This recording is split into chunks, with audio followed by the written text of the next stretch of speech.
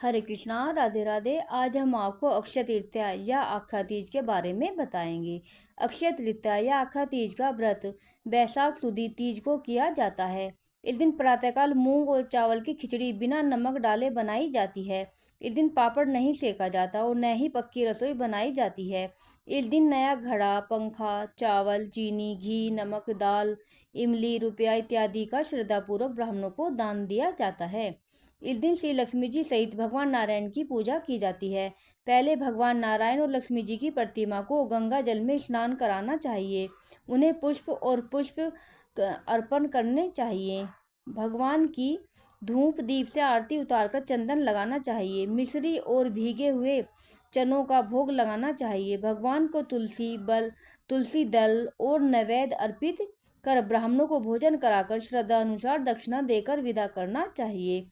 इस दिन सभी को भगवत भजन करते हुए सदचिंतन करना चाहिए। अक्षय तृतीया के दिन किया गया कोई भी कार्य बेकार नहीं जाता, इसलिए इसे अक्षय तृतीया कहा जाता है।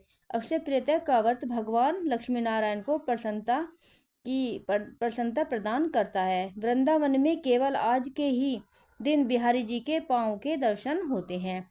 किसी भी शुभ कार्य को करने के लिए सर्वसिद्धि दिन माना जाता है। आइए अब हम आपको अक्षय तृतीया की कथा बताते हैं। अत्यंत प्राचीन काल की बात है। महोदय नामक एक वैश्य कुशावती नगरी में निवास करता था। सौभाग्यवश महादेव वैश्य एक पंडित द्वारा अक्षय तृतीया के व्रत का विवरण प्राप्त हुआ। उसने भक्ति भाव से विधि व नियम पूर्वक व्रत रखा। व्रत के प्रभाव से वैश्य कुशावती का महाप्रतापी शक्तिशाली राजा हो गया। उसका कोष हमेशा स्वर्ण मुद्राओं, हीरे जवाहरातों से भरा रहता। राजा स्वभाव से दानी भी था। वह उदार मन होकर मुक्त हस्त दान देता।